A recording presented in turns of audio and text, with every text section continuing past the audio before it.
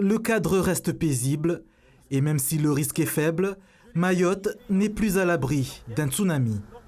La menace, j'allais dire, elle est permanente du moment où on vit sur un littoral et notamment dans l'océan Indien.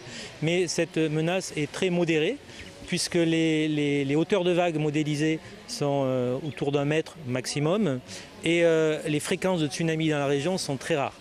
Et ce n'est pas pour ça qu'il faut ignorer ce risque du moment où on peut s'en protéger. Pour faire face à d'éventuelles submersions marines, ces chercheurs ont pour mission de proposer des plans d'évacuation et identifier ainsi des points de refuge. À Dembéni, 3 sites ont été retenus par les experts, dont celui-ci. Alors, ce site nous paraît pertinent pour mettre en sécurité des personnes en cas de tsunami parce qu'il a une hauteur suffisante pour se mettre en sécurité. Il est à plus de 10 mètres. Vu que sur la commune, on attend d'éventuels tsunamis qui n'atteindraient pas le mètre.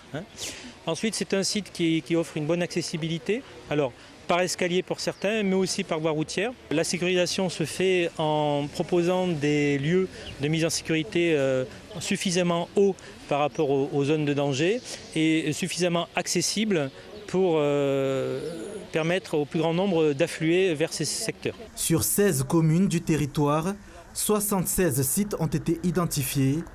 Un système d'alerte composé d'une vingtaine de sirènes sera également mis en place à partir de l'année 2021.